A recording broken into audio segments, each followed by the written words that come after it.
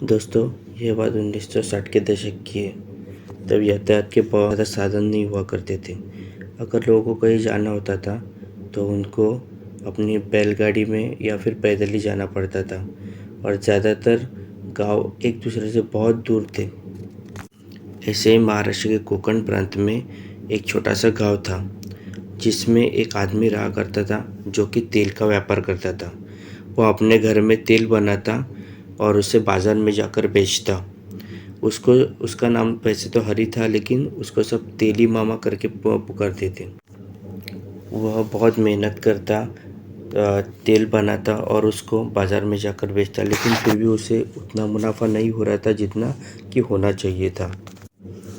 फिर उसे कहीं से पता चला कि गोवा बॉर्डर पे एक बहुत बड़ा बाज़ार लगता है हफ्ते में एक बार, जहाँ पे गोवा के फिर उसे कहीं से पता चला कि गोवा के सीमा पे एक गांव है जहाँ पे हफ्ते का बहुत बड़ा बाज़ार लगता है, जहाँ गोवा के और महाराष्ट्र के कुछ बड़े बड़े व्यापारी आते हैं अपना माल बेचने के लिए और वहाँ उनके अच्छी कमाई हो जाती है। फिर उसने सोचा क्यों ना एक बार अपनी किस्मत को आजमाया जाए। फिर वह अपने साथ अपने नौकर को लेके बैलगाड़ी में अपना सब सामान लाद के गोवा की तरफ निकल पड़ा। तब गांव एक दूसरे से बहुत दूर हुआ करते थे और ज़्यादातर इलाका था वो जंगल का हुआ करता था। और हम यहाँ कोंकण की बात कर रहे हैं जहाँ आज भी जंगल बहुत घने होते हैं। तो तब की बात तो सोचिए कि कितने ज़्यादा घने जंगल होते होंगे। हरी ने अपने बैलगाड़ी में सब तेल के डब्बे भरे और अपने साथी के साथ या यूँ कहे अपने नौकर के साथ वह निकल पड़ा। रास्ता बहुत दूर था। उसे पता था कि उसे पहुंचने में कम से कम 2 दिन लगने वाले हैं, इसलिए उसकी एक रात तो जंगल में बीतना तय था। इसके लिए उसने पहले ही अपने साथ बहुत सारा खाना पानी लेकर रखा हुआ था। चलते चलते जंगल में रात हो गई थी। उन दोनों को बहुत भूख भी लग रही थी और बहुत नींद भी आ रही थी और बैल भी बहुत थक गए थे। उन्होंने वैसे बैलों के लिए भी थोड़ा चारा वगैरह अपने साथी गाड़ी में ले लिया था, लेकिन अब वो खाने के लिए और सोने के लिए कोई जगह देखने लगे। लेकिन इतना घना अंधेरा था कि उधर कुछ भी नहीं दिख रहा था और वैसे भी वो जंगल से जा रहे थे तो आसपास कोई गांव होने की गुंजाइश भी नहीं थी। इसलिए उन्होंने सोचा कि किसी पेड़ के नीचे ही सोया जाए, जहां बैलों को बांधकर उन्हें भी चारा खिलाया जाए और वो भी थोड़ा खाना खा ले और फिर रात को वही सो जाए। और फिर जैसे मानो उनकी किस्मत ही खुल गई और उनको दूर कहीं पे एक हल्की सी रोशनी दिखाई दी। उन्हें लगा शायद वहाँ कोई घर होगा या फिर हो सकता है वहाँ कोई गांव भी हो। इसके लिए उन्होंने उस रोशनी की तरफ जाना ही ठीक समझा। वो बहुत देर तक उस रोशनी की तरफ चलते रहे और कई मिनट बाद वो उस रोशनी के पास पहुँचे। लेकिन जैसे वो उस रोशनी की तरफ पहुँचते हैं तो वो देखते हैं कि वो एक गांव का प्रवेश द्वार था।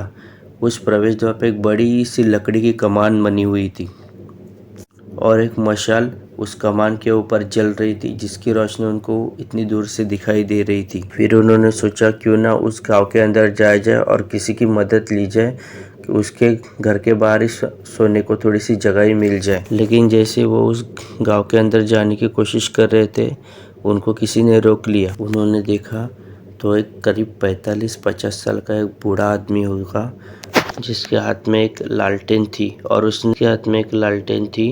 उसने ठंड से बचने के लिए कंबल ओढ़ रखा था। उसने उनसे पूछा कि क्या कर रहे हो, तुम लोग कौन हो और इस गांव के अंदर क्यों जा रहे हो।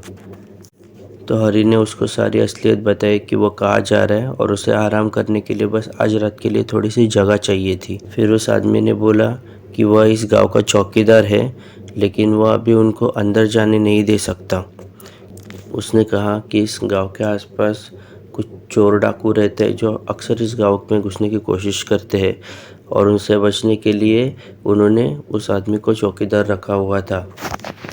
उसने अपना नाम नाना पालव बताया। उसने कहा कि वो करीब 10 साल से इस गांव की चौकीदारी करता है।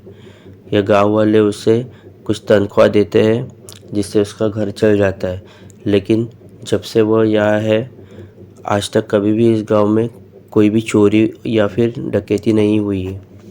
इसलिए उसने कहा कि सुरक्षा के हेतु वो उनको गांव के अंदर जाने की परमिशन तो नहीं दे सकता है, लेकिन आज रात के लिए गांव के बाहर जो बरगद का पेड़ है वह वो अपना डेरा डाल सकते हैं।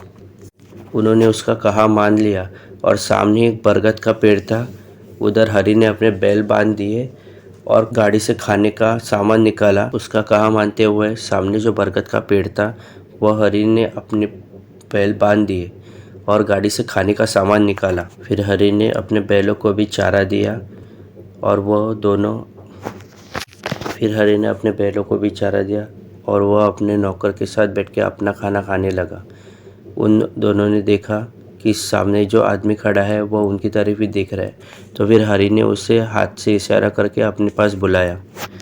वह उन दोनों के साथ आकर बैठ गया।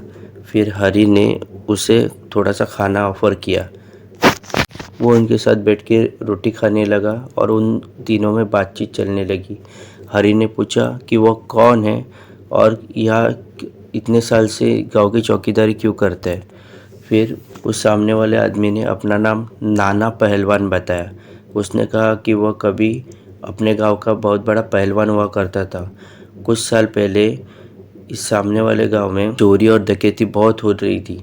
इनको सुरक्षा के लिए कोई बलवान आदमी चाहिए था, इसलिए उन्होंने नाना पहलवान को सुरक्षा के लिए पूछा। फिर नाना ने सोचा कि मुझे अगर घर बैठे ही मेरे घर के इतने नज़दीक अगर कोई काम मिल रहा है तो फिर मैं क्यों ना करूं। इसके लिए उसने उस नौकरी के लिए हाँ कर दी और करीब 10 साल से वो यही काम कर रहा है और तब से इस गांव में कभी भी कोई भी चोरी या फिर लूटमार नहीं हुई। उन लोगों में थोड़ी देर बातचीत चलती रही। फिर हरि और उसका नौकर सो गया। जैसे ही सुबह हुई तो उसने देखा कि नाना पहलवान उधर से जा चुका था। शायद उसकी ड्यूटी उतनी ही थी, सुबह होते ही उसको घर जाना पड़ता होगा, इसके लिए उन दोनों ने उसकी तरफ इतना ध्यान नहीं दिया और फिर अपना सामान समेटकर आगे के रास्ते के लिए निकल गए। उन्हें गोवा बॉर्डर पे जिस गांव पे जाना था वो लोग पहुंच गए। उन्होंने बाज़ार में अपना सामान बेचा और जैसा कि हरि ने सोचा था उससे बहुत अच्छा मुनाफा हुआ और वो दोनों खुश होकर वापस लौटने लगे। लेकिन वापस लौटते समय उनको वो गांव कहीं नहीं दिखा जहाँ पे वो एक रात पहले रुके थे। हरि ने सोचा कि शायद उसने कोई अलग मोड़ ले लिया होगा, क्योंकि जंगल इतना घना था कि जो आदमी उधर पहली बार आ रहा है उसके लिए सारे रास्ते याद रखना बहुत ही ज़्यादा इम्पॉसिबल था। इसलिए हरि और उसके नौकर ने ज़्यादा इस बात पे ध्यान नहीं दिया और वो अपने घर आ गए। दूसरे दिन हरि से मिलने उसके कुछ गाँव वाले आए थे, क्योंकि वो भी जानना चाहते थे कि उसका उस बाज़ार में एक्सपीरियंस कैसा रहा, क्योंकि आज तक कोई भी इतनी दूर उस बाज़ार में अपना सामान बेचने के लिए गया नहीं था। हरि ने कहा कि उसे वहाँ बहुत अच्छी कमाई हुई है और साथ ही उसने अपना एक रात पहले वाला वो अनुभव भी शेयर किया जिसमें वो उस गांव के बाहर रुका हुआ था। फिर जैसे उसने नाना पहलवान का नाम लिया तो उसे मिलने आए हुए उस व्यक्तियों में से एक बुजुर्ग व्यक्ति थोड़ा चौंक गया। उसने कहा, कौन? नाना पहलवान? तुमको ये कहाँ से मिल गया? हरि ने पूछा, क्यों, क्या हुआ? आप नाना पहलवान को जानते हो क्या? उसने कहा, हाँ, नाना पहलवान बहुत साल पहले हमारे गांव में ही रहता था, जिसका करीब 10-12 साल पहले देहांत हो गया था। वो हमारे गांव की चौकीदारी किया करता था और इसलिए हम उसे अच्छी खासी तनख्वाह भी देते थे। फिर हरि ने कहा, नहीं, ये कोई और नाना पहलवान होगा, क्योंकि इस सेम नाम के तो बहुत सारे लोग हो सकते हैं ना। फिर हरि ने उनको उसका पूरा हुलिया बताया। इसके ऊपर उस बुजुर्ग आदमी ने कहा कि नहीं, यही वो नाना पहलवान है जो हमारे गांव की रक्षा किया करता था। फिर बुजुर्ग आदमी ने पूछा कि तुम्हें वह गांव जंगल के किस इलाके में मिला था?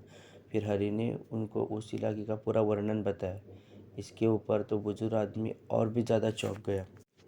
उसने कहा कि उस इलाके में बहुत लोगों को छलावा दिखता है और आज तक जिनको भी वह छलावा दिखा है और अगर वह उस गांव के अंदर गए तो एक तो वह लोग बहुत ज़्यादा सदमे में बाहर आए, या फिर अगर 4 लोग गए उनमें से 2 ही आदमी बाहर आ पाए।